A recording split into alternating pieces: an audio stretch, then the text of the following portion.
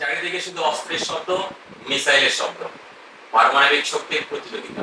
বিশ্ব যেন আর শান্তির ভাষা বোঝে না, বিশ্ব এখন বোঝে শক্তির ভাষা। আজ ভারত শক্তিধর, পাকিস্তান শক্তিধর, উত্তর কোরিয়া পুরো বিশ্বকে কাঁপিয়ে দিচ্ছে।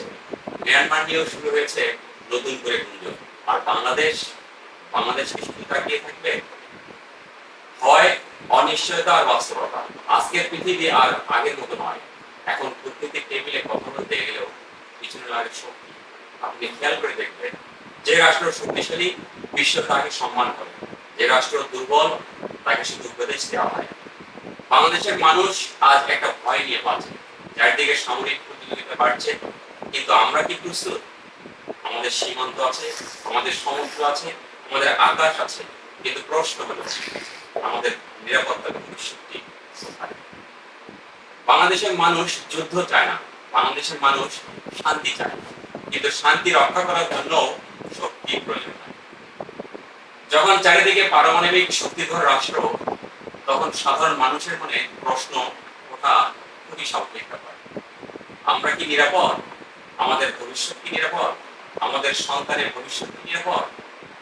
এই প্রশ্নগুলো এখন গ্রামের চায়ের দোকানেও উঠে আসে, ফেসবুকের কমেন্টসেও উঠে আসে, যুবকদের হতাশার মধ্যেও ফুটে ওঠে।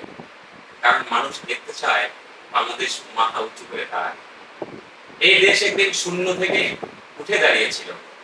এই দেশ যুদ্ধ করে স্বাধীনতা অর্জন করেছিল। এই দেশের মানুষের দুর্যোগের সঙ্গে লড়াই করে বেঁচে থাকার একটি গৌরব আছে। তাহলে কেন আমরা বাংলাদেশকে নিয়ে ভাববো? বাংলাদেশকে শক্তিশালী হতে হবে শুধু অস্ত্রে নয়, প্রযুক্তিতে, শিক্ষায়, গবেষণায়, সাইবার নিরাপত্তায়, অর্থনীতিতে এবং এখনকার এআই প্রযুক্তিতে।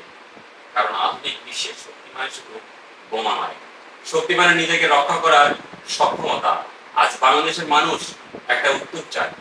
আমরা কি শুধু অন্যদের শক্তি দেখে ভয় পাবো, নাকি নিজেরাও শক্তিশালী জাতি হিসেবে নিজেকে গড়ে তুলব?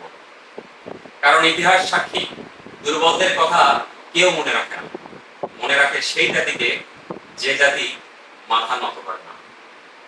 বাংলাদেশের মানুষ যুদ্ধ চায় না, কিন্তু বাংলাদেশের মানুষ অপমানিত হতে চায় না।